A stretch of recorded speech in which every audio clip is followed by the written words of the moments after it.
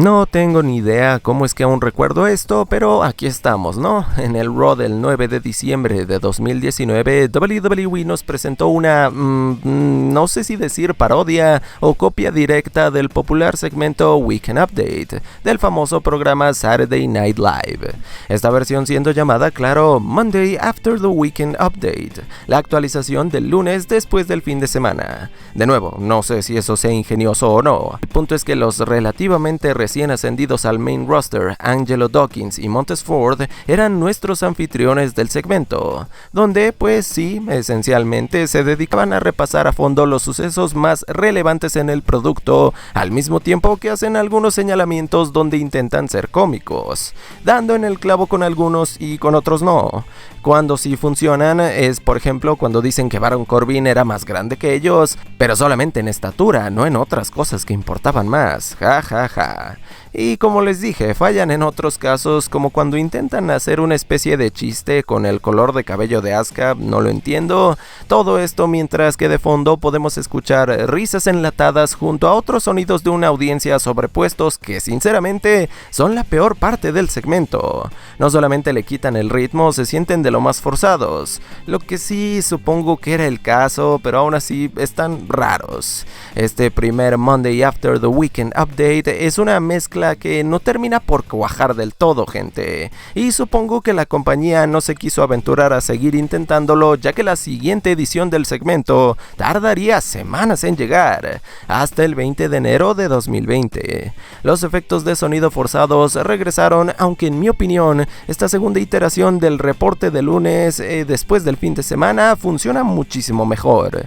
El material me hizo reír durante los aproximadamente 3 minutos del segmento, destacando esa parte del update que Dawkins dice que odia los reboots porque ya la industria del entretenimiento no podía crear algo nuevo, y luego le ponen una foto de la reciente reunión de The Miz y John Morrison y cambia súbitamente de opinión diciendo que ahora sí amaba los reboots. Este segmento incluye un divertido cameo de R-Truth como corresponsal del programa desde el estadio que iba a albergar el pay-per-view Royal Rumble, y Truth se mostró confundido, como siempre, por no saber si tenía que hablar del evento o hablar del lugar del evento.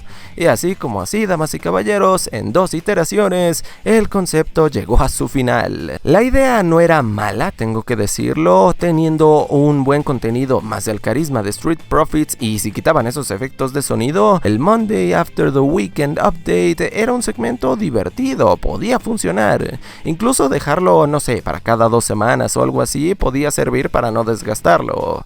El plan del entonces principal creativo del show premier, Paul Heyman, era tanto colocar en el mapa esta combinación proveniente de NXT como atraer la atención de un público más joven con estos segmentos. Pero como ya vieron, con 2 ediciones tan distanciadas una de la otra, no iban a lograr nada. El gimmick quedó enterrado en el olvido, lo que pudo haber sido un gran impulso para Ford y Dawkins quedó en la enorme nada.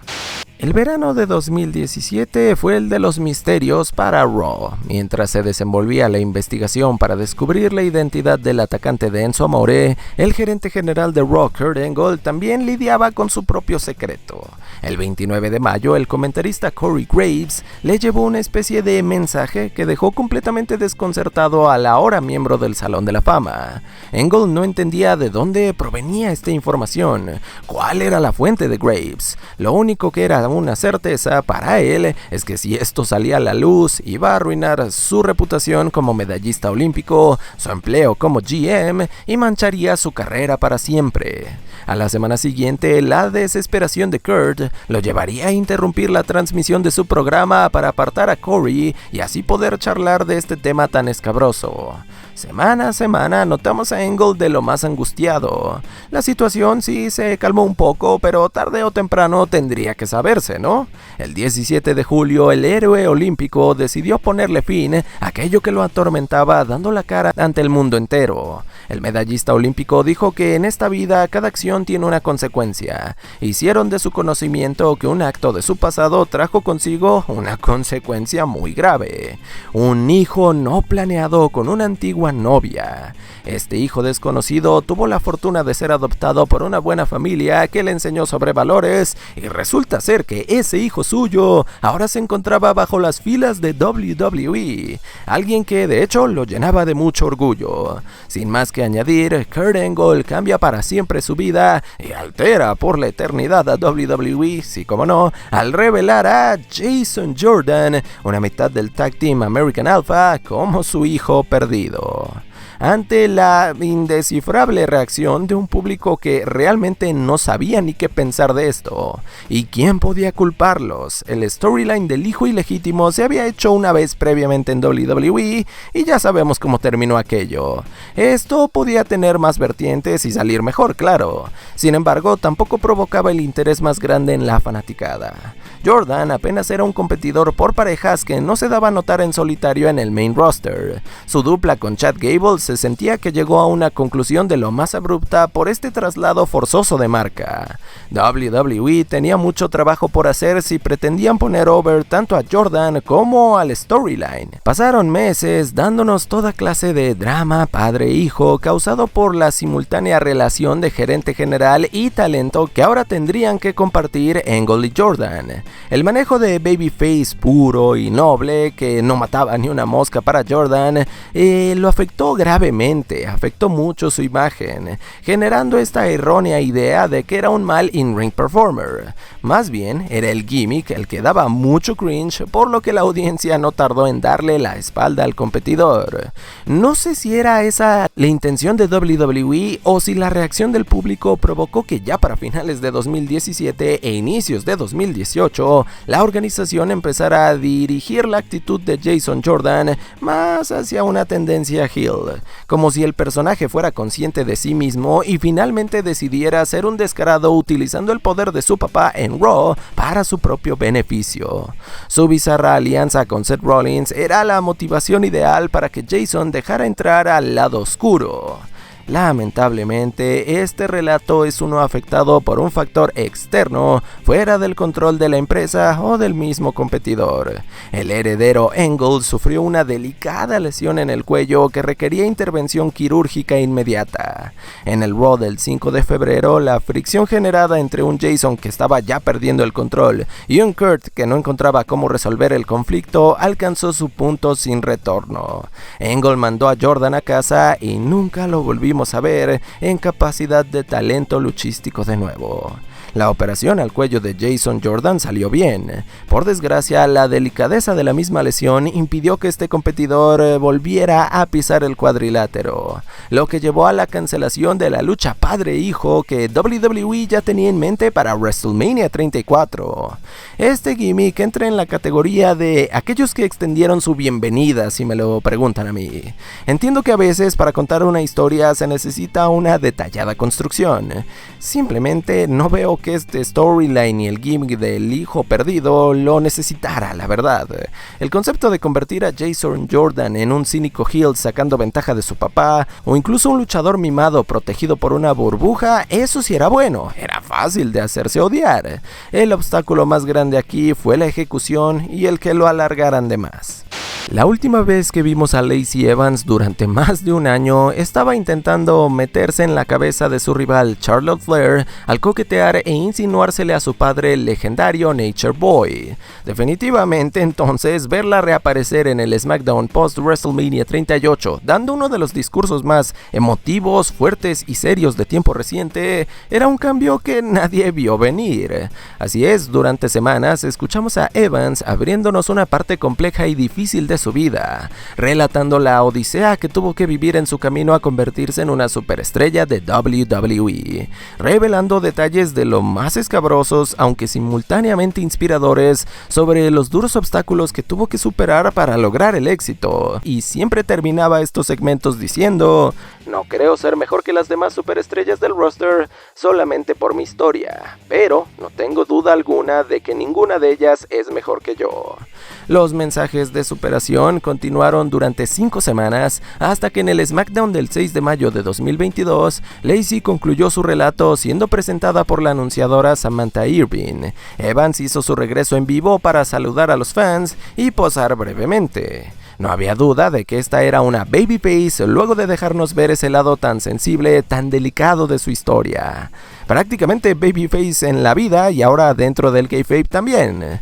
Súbitamente, a pesar de que su destino parecía encaminarse en el show azul, Lacey Evans apareció en el Raw del 16 de mayo para dar una especie de discurso pro-milicia de los Estados Unidos, lo que no tenía nada de malo per se y hacía sentido con su conocido pasado como Marine. Simplemente que más que ser una promo como para avanzar un storyline o su personaje, se sintió directamente como propaganda, gente. Por si hacía falta que todo se pusiera aún más bizarro, Lacey desapareció algunas semanas más para regresar otra vez a SmackDown el 10 de junio. Ahora sí, compitiendo en el ring por primera vez en más de 365 días, derrotando a Shia Lee en un combate clasificatorio para Money in the Bank. Lucha multitudinaria de escaleras en la que la Marine no pudo hacerse con el ansiado portafolio. Hasta este punto de la historia, damas y caballeros, entendíamos que Lacey Evans era face y que estaba adaptando su pasado militar a su gimmick. No había problema alguno, sonaba de hecho creíble. Sin embargo, entre tanto caos que parecía haber con ella y en todo caso también en el apartado creativo de la empresa con el tema de las demandas a Vince McMahon, el 1 de julio todo cambió y todo cambió para mal. Lacey hizo su entrada para unirse a Lia en competencia tag team, pero antes de poder llegar al cuadrilátero, Evans se regresó luego de escuchar la tibia reacción que obtuvo del público. Una vez que volvió a salir, no encontró una mejor y ya la tercera vez, la audiencia de plano la abucheó. Cuando por fin entró al encordado, la Marine exigió una ovación de pie porque no es posible que alguien con su historia, con todo el sacrificio y esfuerzo que ha hecho, no la reciba. Lacey Evans dice que a eso no podía ser demasiado que pedirle a esta gente tan desagradable que había en el público. Su disgusto ante tal multitud no le daba ya ni ganas de competir esa noche, así que mejor se va, no sin antes golpear a su compañera de equipo y terminar de confirmar este tan inesperado y honestamente súbito heel turn, de abrir su corazón a insultar al público en unas semanas. Esa fue la no evolución de Lacey Evans. Durante las siguientes 2 semanas, Evans repetiría este mismo patrón, metiéndose con los fans mientras alardeaba por haber superado todo lo que la vida le lanzó, llamándose una heroína estadounidense. Lacey se sintió tan ultrajada por la respuesta del público hacia ella que se rehusó a competir, mandando a todos al infierno. Cuando finalmente era el momento de que la Marine enfrentara a Lia, la luchadora sufrió justo una lesión que la desplazó de la programación durante algunas semanas, haciendo de todo el experimento de ser una face con una historia de vida conmovedora y luego una heel arrogante aprovechándose de las dificultades de su pasado para ganar simpatía a la mala, un fracaso gigantesco. Ninguno de los dos personajes estaba mal en realidad. De hecho, siento que Lacey podía hacer trabajar cualquiera de los dos. No obstante, el equipo creativo daba la sensación de no decidirse sobre qué hacer con ella. Si era técnica, si era ruda, si era heel, si era face, si estaba en SmackDown, si no estaba en SmackDown, si estaba en Raw, si no estaba en Raw. Era una locura. Todo fue una confusión de lo más extraña que nunca tuvo pies ni cabeza. Luego de haber sido el fiestero número 1 de toda la WWE, con un temazo de entrada vale la pena destacar, así como muchos otros gimmicks sin futuro, Adam Rose cayó en ese limbo creativo que es la zona baja de las carteleras, un agujero de perdición del que él ya de plano no pudo escapar. En la transmisión del 26 de agosto de 2015 del show secundario Main Event, Adam Rose interrumpió con sonidos como de alarma la entrada de Jack Swagger, justo cuando junto al público estaba por entonar su popular frase "We the People". Con el cabello recogido, lentes, un estilo de vello facial distinto, portando una playera gris e indumentaria para competir de lo más simplona, Rose le dijo al todo americano que se veía ridículo intentando simpatizar con la gente y que ellos a su vez se veían de lo más estúpidos replicando ese "We the People". Adam culpa a los fans de haberle echado a perder su fiesta, así que ahora él estaba preparado para hacerle lo mismo a la multitud, abriéndole camino al personaje de, damas y caballeros, como lo supieron, sí, del aguafiestas, el Party Pooper. Durante semanas en los programas como Superstars y Main Event, Adam Rose atormentaría a la audiencia garantizando aguarles su fiesta, lo que no sé si era otro término para decir que iba a actuar como una caricatura y luego lloverle a medio mundo, porque pues sí, eso fue lo que hizo, era lo único que pasaba con él. Tras algunas semanas de esta dinámica, el asunto dio un giro de lo más inquietante cuando en el Raw del 5 de octubre Rose apareció delante de un fondo oscuro con la mirada completamente perdida, diciéndonos que lo único que él siempre quiso fue poner sonrisas en los más pequeños. O bueno, y ya, eso dijo, para salir así del recuadro y hacer que la cámara se dirigiera al piso de esta lúgubre escena donde vemos una aparente cabeza de conejo, una clara referencia a la botarga de conejo que acompañó a Rose en su momento más relevante en el producto ya mucho tiempo atrás. Si alguien realmente quedó intrigado con esto al verlo en vivo, entonces tendría que esperar para conocer su desarrollo hasta el Main Event del 4 de noviembre, todo un mes, donde nuevamente Adam Rose dijo que el intentar simpatizar con el público no lo llevó a nada, tal como asegura le iba a pasar a su rival de esa velada, Fandango. Bueno, durante este combate, una escalofriante figura con máscara de conejo se postró en el pasillo de El Camino al Ring, ocasionando la inquietud de Fandango. El conejo solo permaneció así, de pie, inerte, sin hacer nada, y con esta distracción le dio la victoria a Adam Rose sobre el bailarín. Rose se percata del aterrador conejo en ringside y hasta él se muestra extrañado de su aparición. Si alguien quiere saber a dónde se dirigía esto, pues qué lástima, porque el ángulo nunca fue terminado. En vez de eso, Adam Rose reapareció en el show premiere para el 30 de noviembre, con lo que pareciera ser otro cambio de personaje más, ahora con un segmento tipo programa de chismes llamado The Rose Bush, el Rosal, a lo ventaneando o como el yunque vaya. Rose habló del reciente compromiso entre Rusev y Lana, diciendo que Rusev seguramente no era quien usaba los pantalones en la relación, más bien utilizaba el brasier.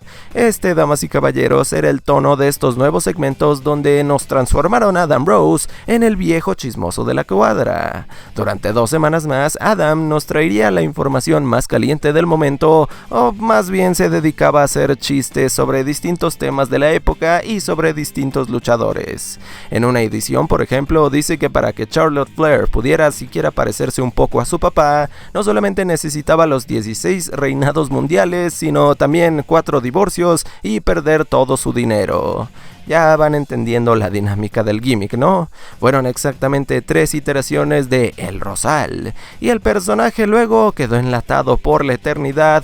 Meses después veríamos a Adam Rose siendo un NPC más en el grupo jobber de la época, los Social Outcasts. Les juro que nunca me imaginé las dimensiones tan absurdas de todo lo que sucedió con Adam Rose posterior a su gimmick original del fiestero en el main roster. Es una locura. Si lo piensan, estos son como 3 cambios de personaje en uno solo. Es como si WWE hubiese utilizado a Rose, específicamente a Rose, como conejillo de indias, probando toda clase de storylines, personajes y ángulos que tenían en su carpeta. No sé qué me conflictúa más, que intentaran tantas cosas tan distintas casi a la vez con un solo luchador, o que ninguna significara absolutamente nada al final del día.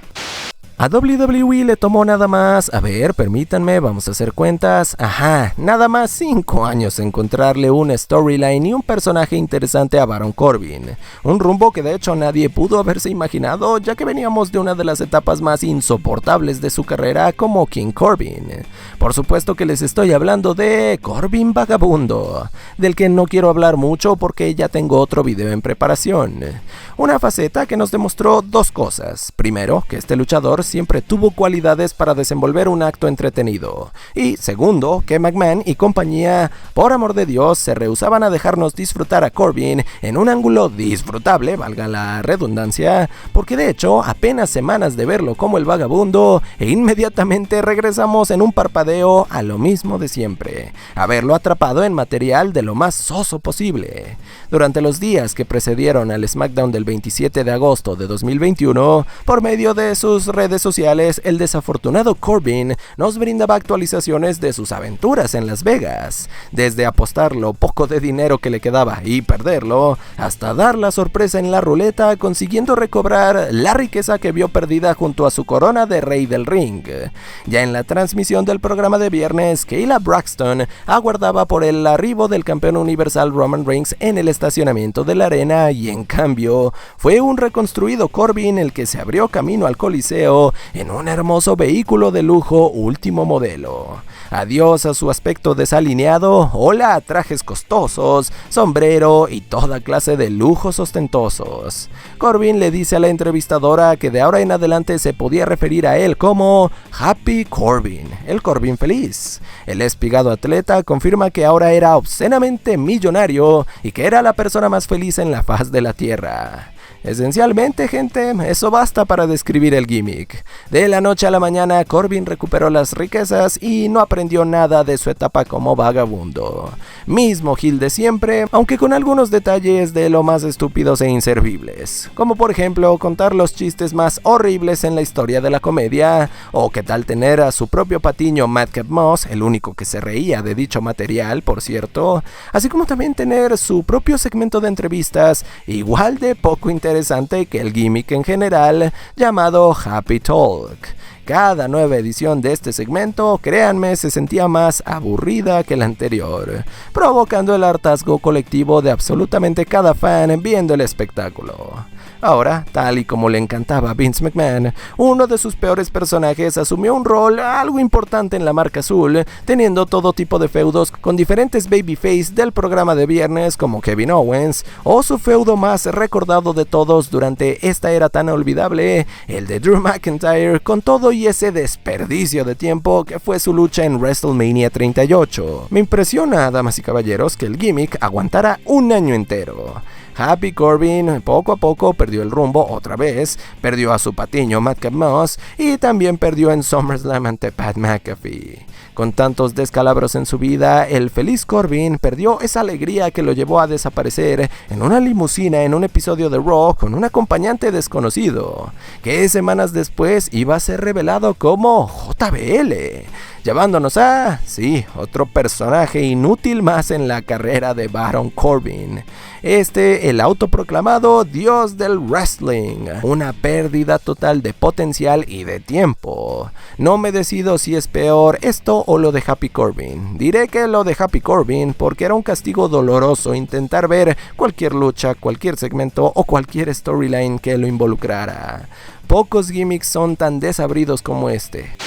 El arribo de Keith Lee al main roster fue uno de los más impresionantes que cualquier estrella proveniente de NXT haya podido tener. Meses después de haber dejado huella con un performance grandioso en Survivor Series, el ilimitado continuó causando impacto al tener su primer combate en pay-per-view, ya como miembro del elenco principal, ante una leyenda de la talla de Randy Orton, a quien derrotó en apenas 6 minutos, casi sin complicaciones, en un resultado que nadie pudo predecir en Payback 2020. La sorpresa fue tal que se nos hizo fácil asumir que en WWE aún tenían la mira bien puesta en este grandulón para convertirlo en una de las siguientes grandes figuras. Los siguientes meses no fueron perfectos para él, pero es cierto que se estableció como un jugador importante las noches de lunes, compitiendo ante lo mejor de lo mejor en escenarios que sí involucraban temas estelares. Por desgracia, el ilimitado sufrió una de esas complicaciones médicas con el peor timing de la historia. Antes de poder enfrentarse a Matt Riddle y Bobby Lashley en una explosiva triple threat por el campeonato de Estados Unidos, el mastodonte dio positivo al bicho maldito, lo que a su vez causó una inflamación en el corazón de lo más delicada que puso en riesgo su vida. El panorama era de lo más desalentador para Keith Lee, aunque tampoco significaba su fin absoluto. En el Raw del 19 de julio de 2021, el ilimitado regresó al cuadrilátero para responder a un reto enfrentamiento abierto del ahora campeón máximo, el Todopoderoso, donde lo vimos, sí, dar cierta pelea, aunque no estuvo a la altura de la situación, siendo superado por el Monarca en apenas 5 minutos. El escenario no mejoró mucho para la siguiente semana, ya que Lee esta vez fue derrotado por el campeón de NXT, Karrion Kross. No teman, no todo estaba perdido, ya que la revancha de Lee llegó para el próximo capítulo de Raw en otra aguerrida confrontación con su viejo enemigo de NXT. Parecía que el ilimitado empezaba a recuperar la confianza y a enmendar su rumbo, y entonces fue que así como así, desapareció otra vez para no ser visto durante semanas, específicamente hasta el Raw del 27 de septiembre. Así es, un mes entero de inactividad. Para cuando vimos al mastodonte de vuelta, él ya no era el ilimitado, ya no era Limitless. Es más, ni siquiera era Kid Lee ya nada más, sino más bien Kid Bearcat Lee o Kid Gato Oso Lee. Su atuendo fue ligeramente alterado, luciendo su nuevo nombre y algunas feroces marcas de garra, representando, supongo, el nuevo instinto animal de este imponente atleta. Lee squasheó e hizo lo que se le antojó con un pobre Akira Tozawa que ni la debía ni la temía. Antes de esto, Kid mostraba intensidad, es cierto. Sin embargo, no al grado en que vimos en esta contienda. Claramente se notaba un salvajismo nuevo en este luchador ahora llamado Bearcat, el cual íbamos a tener que esperar para ver, ¿qué creen? Otro mes más, porque el gato oso no vio nada de acción hasta el 25 de octubre, haciendo añicos a un Cedric Alexander que cuando menos intentó darle algo de pelea. Dos brutales performances de un Kid Lee que, por más que sonara un tanto raro llamarlo gato oso, daba la impresión de empezar su trayecto ahora sí a la gloria. Y no, ¿saben qué? En vez de eso, WWE mejor liberó a una de sus promesas del momento junto a otros luchadores con potencial una semana después. 7 días nada más. Cómo te odio 2021 de WWE. Gracias a lo volátil de este escenario tan improbable, nunca podremos saber de qué iba o cuáles eran las intenciones de Bearcat Lee. Kid Lee reveló en una entrevista que Vince McMahon le pidió que aceptara este personaje como un intento de fortalecer su imagen dominante y despiadada. Vince le pidió al luchador mostrar mayor intensidad, con lo que, bueno, el grandulón no tenía problemas. Lo que lo conflictuó era no tener una motivación clara para mostrar dicha intensidad. Kid Lee jamás terminó de comprender la finalidad del personaje de Bearcat y hoy por hoy sigue siendo una intriga más que otra cosa. Friday Night SmackDown 9 de agosto de 2024. Ya varios meses luego de haber sido drafteado a la marca azul, por fin tenemos noticias sobre el miembro expulsado de Imperium, Giovanni Vinci. Un video promocional nos muestra al habilidoso competidor luciendo toda clase de lujos, mientras con una voz como de comercial de perfume en italiano nos habla sobre cómo el éxito es algo que estaba destinado a tener y cómo es que finalmente se ha podido convertir en el hombre que siempre tuvo que haber sido. Tendríamos que ver 2 promos más donde Mr. Worldwide continuó alardeando sobre su estilo de vida y dándonos lecciones sobre cómo vivir la nuestra. El SmackDown del 30 de agosto nos anunció ahora sí el arribo de Vinci para la semana siguiente en el último episodio del espectáculo azul en la cadena Fox. Siendo una ocasión tan especial para la marca, un cambio de aires, vaya, uno podía imaginarse que el redebut de Giovanni sería un acontecimiento de lo más serio para su carrera, una noche para establecer a esta nueva figura. El engreído millonario italiano se tomó demasiado tiempo quitándose su costosa sudadera y Apollo Crews, su rival que ni siquiera recibió una entrada por cierto, lo enredó en un crucifijo rapidito para el pinfall en 4 segundos de combate. Y no les voy a mentir, esta historia al momento de verla a mí me pareció conocida. Uno de esos típicos heels tan arrogantes que quedan expuestos semana a semana hasta que toman un rumbo distinto que los hace recobrar el camino, convirtiéndolos ahora sí en una presencia seria y competitiva.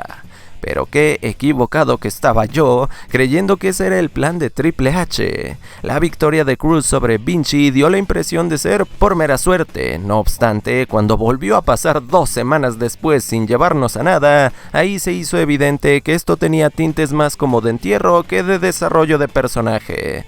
2 derrotas ante otro luchador completamente perdido en el roster en cuestión de nada para Giovanni Vinci. Y desde entonces no se le ha visto en la programación más que para ser personaje de relleno al fondo de SmackDown.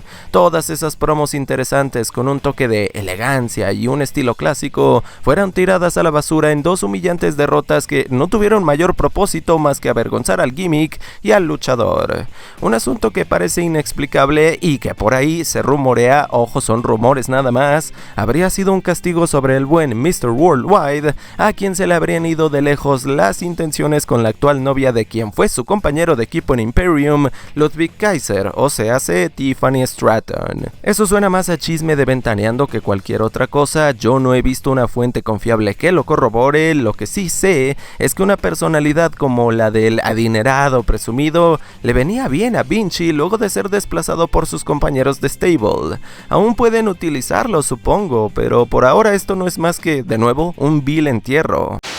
La cuarentena se ha apoderado de nuestras vidas y mientras tanto WWE intentaba de todo un poco en su programación, en especial las noches de viernes, diría yo. Una confrontación ocasionada por todo este dramático triángulo amoroso entre Mandy Rose, Dolph Ziggler y Otis se ve abruptamente interrumpida por una interferencia en la transmisión del episodio del 3 de abril de 2020 de SmackDown.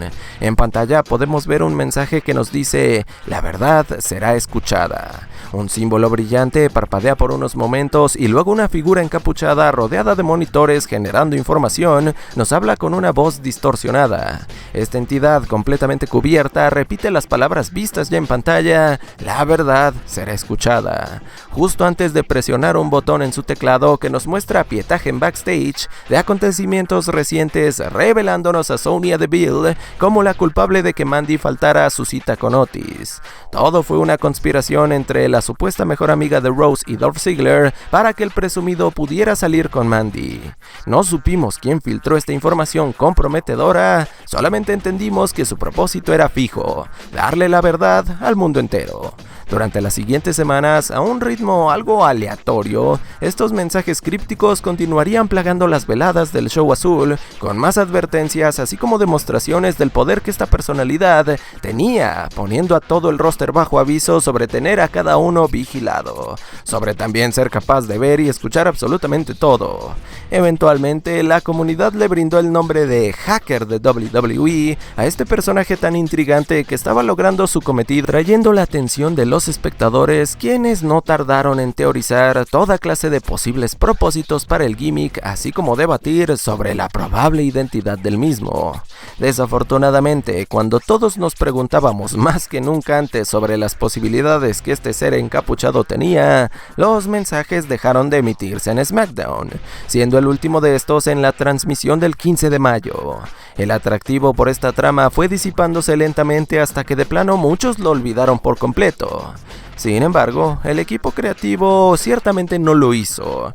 Nos trasladamos así al programa opuesto Raw del 19 de octubre, la premier de temporada del espectáculo de lunes. Mucho ha cambiado ya en el panorama.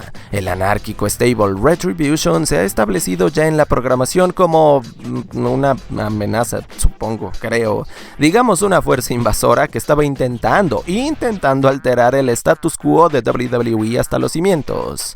Luego de haber regresado para quedar totalmente bajo el radar, Mustafa Ali tenía ya unas 2 semanas de haberse revelado como la mente maestra detrás de Retribution, siendo su líder en secreto durante todo el caos que pretendían ocasionar. Ali nos da entonces una promo en backstage, acompañado por sus subordinados, en la que asegura que su poder no solamente está en los números, sino también en la capacidad para poder crear caos. Porque sí, con solamente una computadora o un teléfono celular y un solitario clic, Mustafa podía cambiarle la vida a quien sea para siempre. Todo este tiempo que estuvo fuera lo utilizó para observar a todos, a cada ambiciosa superestrella conspirando unos contra los otros con tal de alcanzar el éxito. Sería más fácil para él confesarlo directamente, de una vez. Sí, él era el hacker de SmackDown de unos meses atrás. Aquellos que quisieran evitar que la verdad se sepa serían erradicados, eso lo promete Ali. Ok, y ahí está el asunto, supongo. Si les soy honesto, esa revelación se sintió más como un "ah, caray, se nos olvidó esta madre". Pues rápido, di que fue el chaparrito neurótico de cabello largo para que no quede inconcluso. Aviéntalo así. de parte de los creativos. Si bien el principal sospechoso siempre fue Mustafa Ali, incluso se reportó en varias oportunidades que el storyline sí estaba diseñado para él y su regreso, añadirlo a un ángulo que ya iba por otro camino, con ya meses también de desarrollo, como lo era Retribution, se sintió de lo más forzado. No digo que no encajara con las motivaciones y el concepto del stable, solamente digo que dio la impresión de ser un revoltijo sacado de la manga más que un aspecto ya planificado para el grupo y su líder. En verdad pienso que lo del hacker de SmackDown tenía potencial, gente, y que de hecho era una mucho mejor idea para Mustafa Ali y su regreso, más que ser el líder de este grupo que terminó llegando a nada. Lo del hacker iba más acorde con lo que pasó con él luego de haber sido opacado por Kofi Mania y de ver todas sus oportunidades frustradas por factores fuera de su control. Friday Night SmackDown del 26 de agosto de 2011, meses de una alianza que atormentó la zona midcard del show azul, llegan a su conclusión cuando el trastornado Cody Rhodes traiciona con un ataque vil a Ted DiBiase. La paliza bastó para que no viéramos al adinerado competidor durante algunas transmisiones del show, y fue en la velada del 16 de septiembre que un iracundo, descontrolado y casi salvaje Ted DiBiase decidió tomar desprevenido a su ex compañero. Disfrazado con una de las bolsas de papel que Cody utilizaba para humillar a la gente, DiBiase lanzó su venganza sobre Rhodes, mandándolo a la lona con su remate Dream Street. Ted se encontró así con la oportunidad más grande de toda su carrera en WWE al hacer su turn face, desafiando a Ondashing Cody en Night of Champions por el campeonato intercontinental. Búsqueda que, por desgracia para él, terminó en fracaso. Después de este trago amargo, DiBiase le dio un enfoque diferente a su trayectoria, comenzando con su nuevo y último personaje en este para nada estelar paso por WWE, haciéndolo por medio de un video exclusivo de WWE.com. DiBiase hosteó su primer fiesta de estacionamiento, gente, en donde convivía con la fanaticada invitándoles bebidas, comida y simplemente pasando el rato junto a ellos. Pronto, aquellos que se unieron a DiBiase en estas fiestas formaban parte oficialmente del DiBiase Posse, un crew exclusivo que no significaba demasiado en realidad, así como el personaje face de Ted tampoco significaba mucho. Es uno de esos casos en que uno de verdad tuvo que haberse hecho la pregunta: ¿a dónde va esto? ¿Cuál es el punto? Su cambio a técnico funcionó gracias a su historia con Cody Rhodes, y me parece que ahí está el más grande error de todo el asunto. La rivalidad fue cortada inmediatamente después de la primera lucha en Noche de Campeones. DiBiase entonces fue exiliado no a la irrelevancia absoluta, pero sí a una posición mucho menos interesante, atrapado en feudos sin propósito. Por ejemplo, uno con Jinder Mahal, y luego el más recordado de todos en esta etapa ante Único, que sí, ya tenía su propio video en el canal, pero desafortunadamente me lo marcaron con copyright. Esta rivalidad quedó marcada por un combate de bandera de Estados Unidos versus México que ganó el líder del DiBiase Posse. Mientras su buqueo y su gimmick no perfilaban a lo más mínimo, el físico de Ted empezaba a ceder, acumulando todo tipo de lesiones, desde romperse el tobillo, una muñeca rota y una dislocación del hombro que ya de plano lo forzó a detenerse y buscar cirugía, la cual se realizó con éxito en marzo de 2012. Su tiempo de recuperación fue de 7 meses, regresando para el pre-show del pay-per-view Night of Champions de 2012. Como que algo tenía Ted DiBiase con ese evento, participando en una batalla real por una oportunidad al campeonato de Estados Unidos. Piénsenlo, ¿qué tanta relevancia podía esperarse si su regreso fue en el kickoff de un show? Exacto, ninguna. DiBiase tuvo combates esporádicos en los siguientes meses, teniendo su último match televisado en el show secundario Superstars del 10 de mayo de 2013.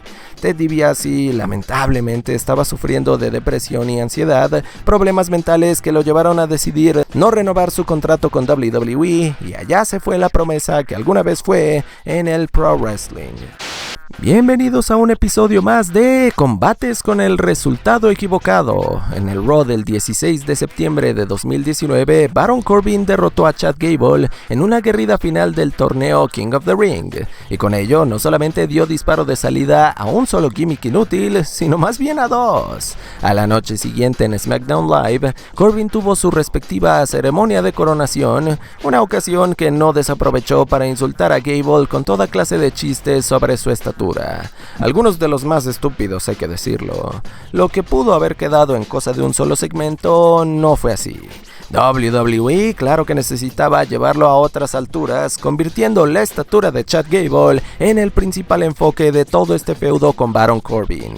En el horrible pay-per-view Hell in a Cell, King Corbin y Gable tendrían un encuentro más en este feudo. En esta ocasión, el enemigo número uno del Rey no llegaba como simplemente Chad Gable. Esa noche, damas y caballeros, éramos testigos del nacimiento de Shorty Gable, el chaparrito Gable. Así, tal cual. Este era el contenido ofrecido por una organización con más de 50 años en la industria. Una bendita corporación multimillonaria no nos podía ofrecer algo mejor que Shorty Gable, el bajito Gable. ¿Saben qué es lo que más me molesta ahora que lo he revisitado todo para el video? Que los fanáticos en verdad estaban conectando bastante bien con el rol de underdog que Chad asumió en contra de King Corbin. Y WWE lo boicoteó sin consideración, convirtiendo a uno de los técnicos del cuadrilátero más completos en su roster en un hazmerreír. Si el insultante nombre no era suficiente, Gable terminó perdiendo el feudo contra Corbin, teniendo la contienda definitiva en el SmackDown del 11 de octubre. Entonces, la lección que nos quería dar WWE era que hazle frente a tus bullies, aunque al final te van a humillar, vas a perder ante ellos y serás marcado de por vida por tu aspecto físico. ¿Esa era la lección?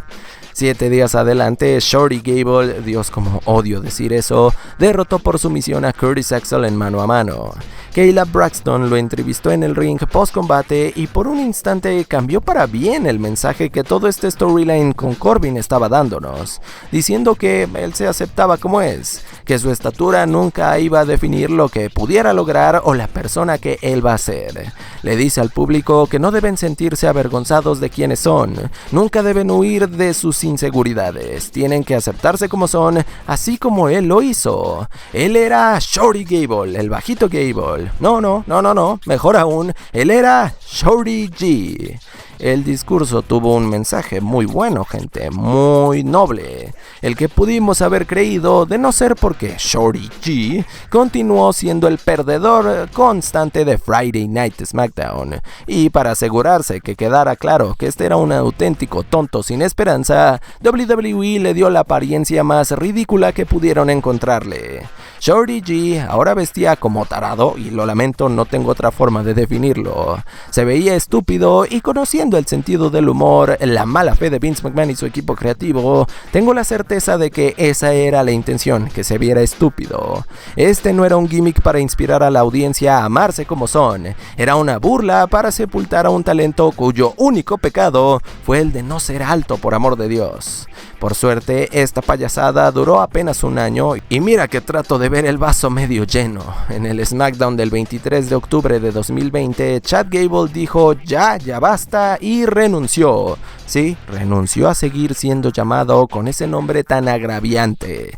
No más Shorty G, se hartó de ser el saco de boxeo del roster, de predicar con esa estupidez de ser tú mismo. Siendo el bajito G, no iba a lograr nada. Solamente había un hombre que podía conseguir todo lo que él se propusiera y su nombre era Chad Gable. Sorprendente, lo sé, damas y caballeros, pero sí, WWE dio el volantazo dándose cuenta del daño que causaron a un gran luchador.